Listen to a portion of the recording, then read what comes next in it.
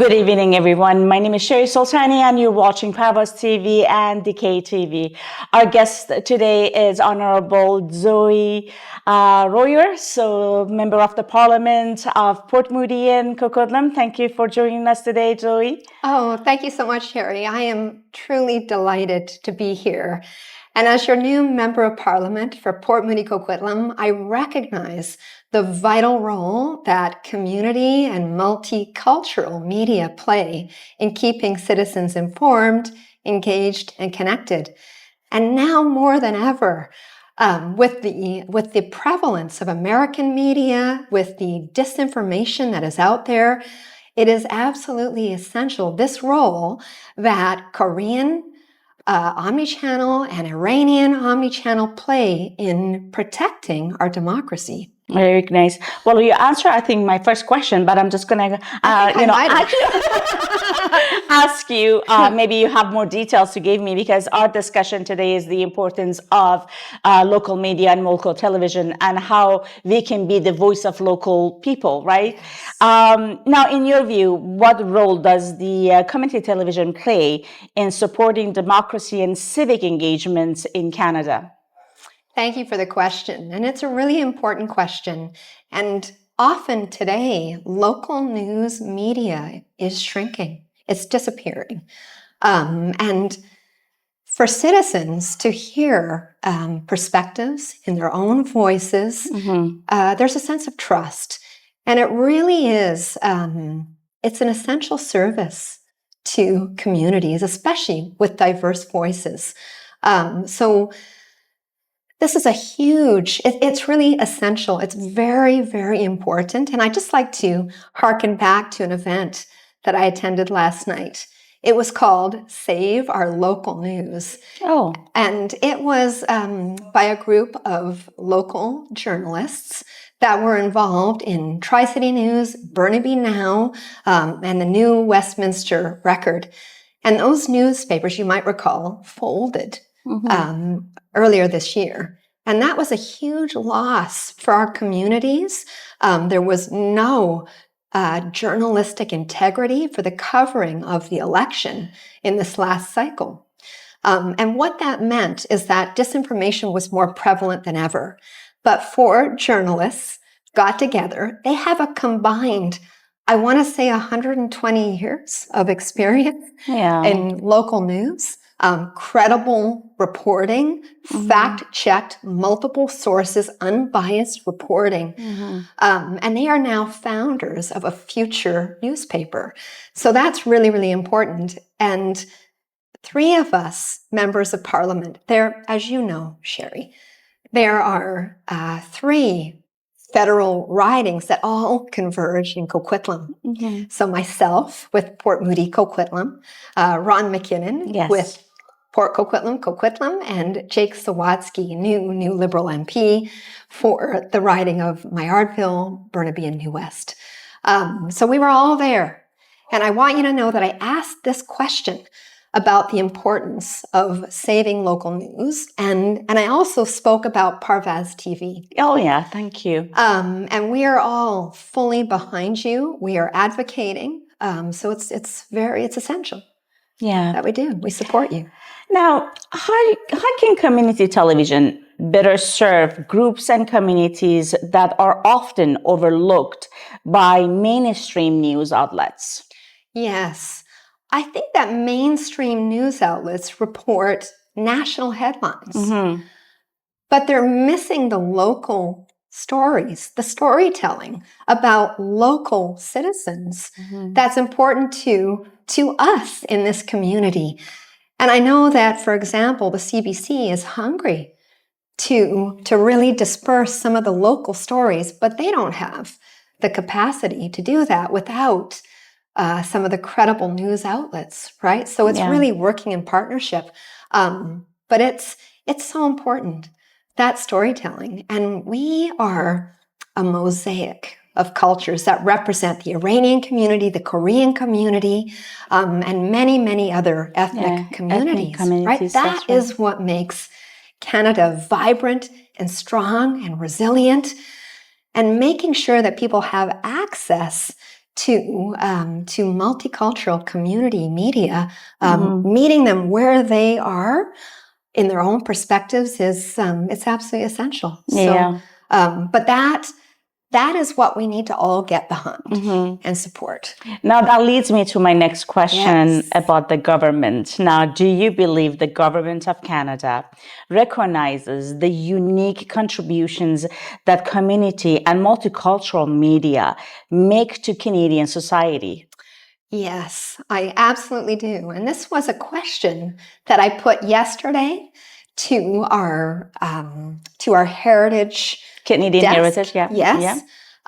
Just to make because I believed it. I believe that we do, but I wanted to. But they're cutting down the budgets, the Canadian heritage. Yeah. But just to make sure that we're on track. So, and maybe this will venture into some other questions, Sherry. But we're a new government. Mark Carney and many of us have been in the role for not very long. We had 3.5 weeks, maybe, in Parliament. We passed some incredible, lofty legislation. 34 votes took place during that time.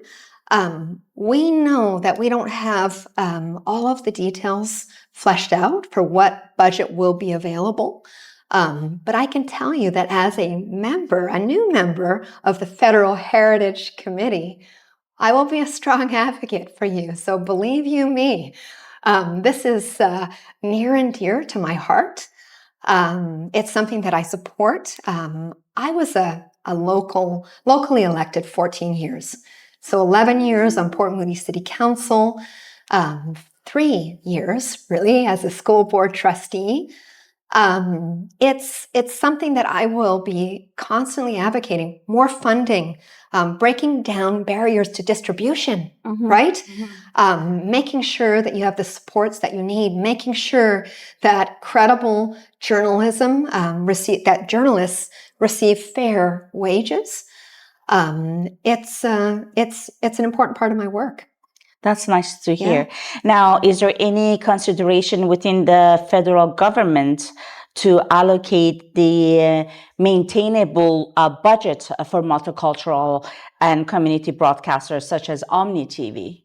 Yes. So first and foremost, our government was successful in ensuring that Google contribute $100 million back to our local media every year. So that's number one. That money is really earmarked to support local diverse media.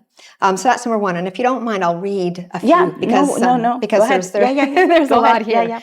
I am confident that at this point, we will continue the Journalism Labor Tax Credit. And of course, that's for qualified Canadian journalism organizations.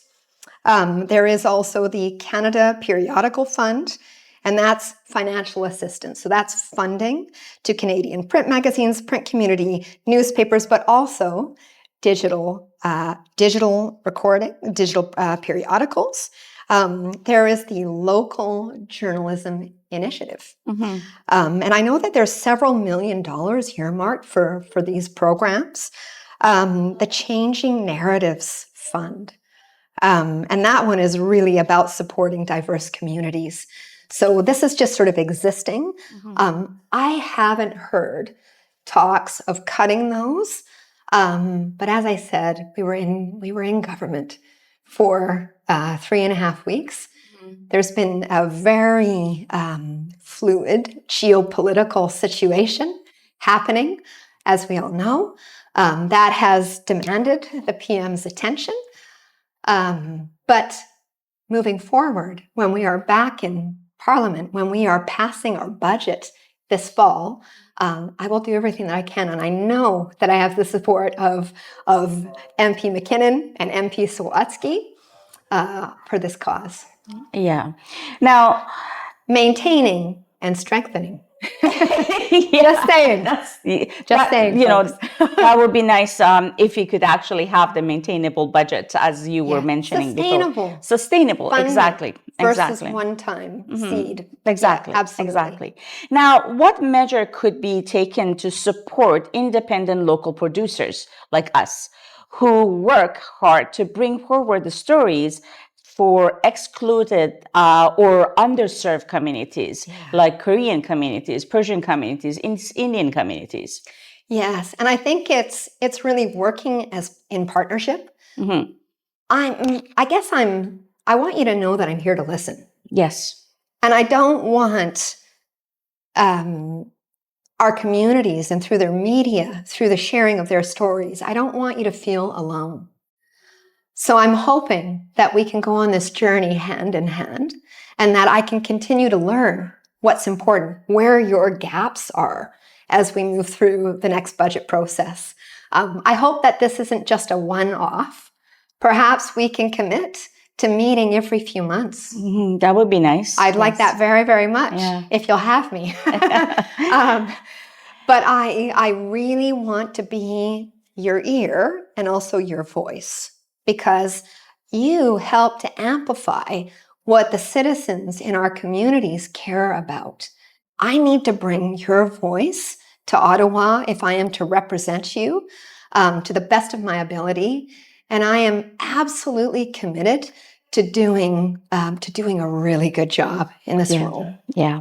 Now, how do you see community media fitting into Canada's wider media and cultural policies? As you know, the wider media like global TV, CTV News. So, community TV is a smaller local media. What do you see? What is your reflect on that?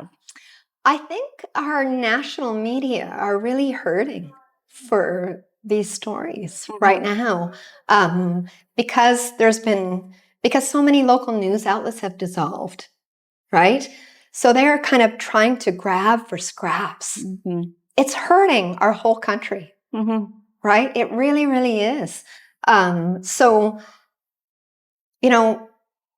government can play a role in making sure that we are supporting local, independent, credible journalism that reflects the voices of diverse communities, so that CBC and Global and some of these mainstream giants, if you will, have stories that they can feed into their news outlet. I wanted to share this. You might know that I am co-chair of the Art Shuffle in Port Moody, and it's a local art walk that started back in 2018. And last year, we had the privilege in the space that I was curating in Moody Center, we had the privilege of featuring a local Iranian artist, Gulriz Resmani. Actually in the very same space, Sherry, that I saw you. With Roham Bamanish. Yes. Right? I was in my former office down the hall, hearing all this wonderful laughter and chatter and excitement. And I think there was about 30 friends gathered from the Iranian community. And you invited me in, and I would have loved to have stayed and had a meal. You were so kind and so hospitable. I couldn't stay. But in that very space, I curated the artwork of Gulriz Resmani in an exhibition. She had about 25 2D pieces of art to share. And when I went to her studio to look at her works and select what I would be putting in the exhibition, she showed me some pieces. She had 3 pieces from the Women, Life, Freedom movement in Iran. And I said, "What are these?" And she said, "I wasn't going to show you because they're not relevant." And I said, "Are you kidding? This is Women, Life, Freedom. They are relevant. Last year. Yeah. And I said, "They are absolutely relevant." I said, "In fact, I'd like to make them the showpiece of the art exhibition, have them front and center when people come up the stairs to that space, It's in a heritage building, so unfortunately it's not fully accessible. I've been there, yeah, I know. You've been there. Yeah, I know. But to have those pieces featured and to tell the story, to keep it relevant. And so maybe that is something, because in your local news, you are reflecting what is still important to Iranian families in the community. I mean, that is absolutely still top of mind. I think we can all agree. Yeah. But the fact that it's not being reported necessarily frequently enough in national media, that's a tragedy. And that is where the connectivity needs to exist, right? So making sure that you have access, the engagement, to the distribution of your news through maybe some of these larger outlets. So we want to keep you strong, keep you whole, keep you successful. Korean TV, reaching people where you are. The Korean community is an incredibly important community right here in the Tri-Cities, as is the Iranian community and other groups.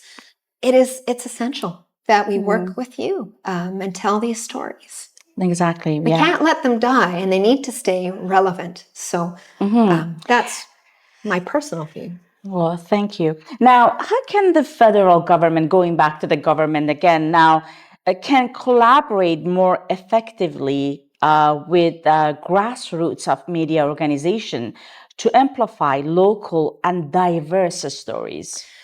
Yeah, and I guess that just comes back to sort of a funding and accessibility question. And these are things, actually, with your help, I would like to bring to the Heritage Committee and also to our caucus, to our Prime Minister, who is also new in the role. And if you've read Prime Minister Carney's book, Values, from 2021, he speaks to the tenets of fairness and accountability and responsibility and humility, and really wanting to sort of serve the greater good. And I don't know that he was thinking about this role at that time. That was 2021. Maybe he was, but it's an important book. So I think that he is also finding his voice. And I hope to see that reflected in our budgets, in our policies. And I will certainly be advocating for that. So. Yeah. We talked about the budget. We talked about, the art, or as you said, the large outlets, mainstream. Now, what is your view for the community, challenges for the community televisions that they are facing in Canada right now or today? And how might the government help to address that? So you're the government and we're the local media. And what the challenges is not only the budget. So what do you see? Well, I certainly mentioned distribution challenges, accessibility challenges, making sure that this remains free to your readers as best as you can, right? To keep that accessibility piece. But I guess, Sherry, maybe, you as the journalist, perhaps you could share with me some of the challenges, because I can talk about what I think are the challenges, and I've shared some of those in the series of questions. But maybe I could also hear from you. Well, the challenges that we are facing, there you go. The challenges that we are facing is not only the budget, is just the place that we are renting, or the location for our studios, or who's watching our channel, even with omni-channel, or if you are on, because before we were Shaw, and then Shaw closes, and now we are with omni-channel, and then, so these are the broadcasting of, our news outlets. Those are the challenging that we are facing now. Not only just budget, because if you don't have the budget, we don't have the studio. If you don't have the budget, we don't have the cameras. We cannot hire cameramans, editors, and we cannot base our work only on volunteer basis. You know what I mean? Because anybody wants to come and work with us, we have to pay them for editors, for cameramans, Agreed. So these are the challenges we all are facing. And I know that this is related to budget eventually, but you mentioned hopefully we get some supporting from you and your colleague. Absolutely. Well, I guess it's not only funding, but as you said, it helps support good jobs for journalists so that they don't need to find work elsewhere, so that it doesn't become like a gig, a gig in the gig economy, that they're good, well-paying jobs that have job security. And studio space costs money. So, I mean, I keep hammering on the funding piece because I know that it's the jet fuel for a lot of work, a lot of things that you need to do. But I certainly understand that. Having opened 3 small businesses in this community myself, I know what it is to sort of hope that you can pay your staff, keep the lights on, and keep serving the community in important ways. So I'm fully with you. But I don't see this as sort of me telling you what you need, right? It really is about you telling me what you need. We need your support, right? But in all of these ways, I guess it's kind of like peeling an onion. There's many nuances to this, but like I said, I think funding is the driver, right? So, in terms of amplifying your voice, as you do for so many others in the community, that's what I hope to do for you. Yeah. Now, looking ahead. Yes. Let's say, what opportunity do you see for supporting community television and ensuring that multicultural and independent voices remain an important part of Canadian media, especially within the larger multicultural broadcasters like Omni TV? Now, and specifically, how can you, as a member of a parliament, support and be the voice for community TV producers in these efforts? Yeah, so one of the ways that I can do that is through our member statements. And those are things that are broadcast through CPAC and other avenues. Certainly speaking to the importance at our Heritage Committee. Supporting you, I hope, in meeting with you on a regular basis, right? And just making sure that I'm on the right track, right? So you're kind of my accountability checker or my report card, because I want to make sure that I do a really good job. And really continuing to support saving local media, because if you're still alive, you're probably operating on a shoestring. Yep. Okay. And when you shutter your doors, it can be very, very difficult to bring you back.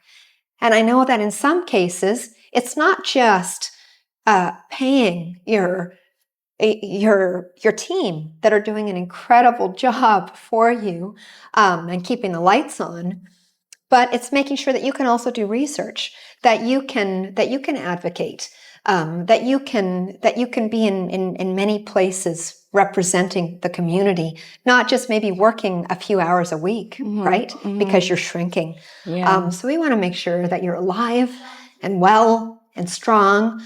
And to me, that makes sure that our prospective communities are alive and well and strong. Well, Zoe, this is our job, right? Yes. Being a journalist, having a local media, we don't have a side job. We don't have a side job saying that there is this job that we're doing and then our spare time we're doing a local media. No, this is our job. So it's a full-time job, and we're not working 3 or 4 hours a day or a week. No. You know what I mean? We're working like full-time. Yeah. Maybe sometimes we're working more than what other people, the pay job more does. Than 17 hours a day. Because a lot of, we're doing an interview now, but I know that 1 hour filming is worth 10 or 15 hours That's right. in the editing studio. I know this. No, absolutely. This is your job. This is your passion. And it's a noble one. And I also wanted to say, you know, it's certainly the operation costs, but it's also the capital investment. Correct. Of keeping your equipment. Sometimes, like I know that CPAC, which is a highly respected news outlet in Canada, they are having to go on eBay to replace their HDR cards for their aging equipment. Right? I mean, it's extraordinary what you are doing to keep the cameras rolling. And I know that it's not a couple hours a week. I guess that was probably more a statement to the former than the much loved Tri-City News, is that they started to they started to minimize their reporting. They had to because their budgets were shrinking. So I don't want that to happen here. Yeah, hopefully. What is your message to our viewers? Thanks so much. Merci, Sherry. I really hope that we can walk hand in hand on this journey. And it is so important that we support, that our government and that all of us support local, community, multicultural media that is so close to home, that is our storytelling, that is in our own voice, in our own perspective. So important. And I am a steadfast champion for this. So you can count on me. And let's meet again. Let's meet again sooner rather than later. So I hope that that all of your viewers will continue to support you as well. Subscribe, whatever they need to do. Sometimes that can help with a funding piece by showcasing how many subscribers you have, right? Doesn't hurt. But I'm here for you. It's important to me that I do a really, really good job in making sure that our community's voices are heard. And that includes the beautiful, vibrant, cultural, traditional communities of the Iranian people, the Korean people. And I'm just so thankful that you all help make Canada great. So let's walk hand in hand in this journey and support one another. Well, thank you, Zoe, very much for joining us today and giving us your insight and your support for local media television. Thank you for watching. My name is Sher Soltani, Parvaz TV and KTV Television. Until next time.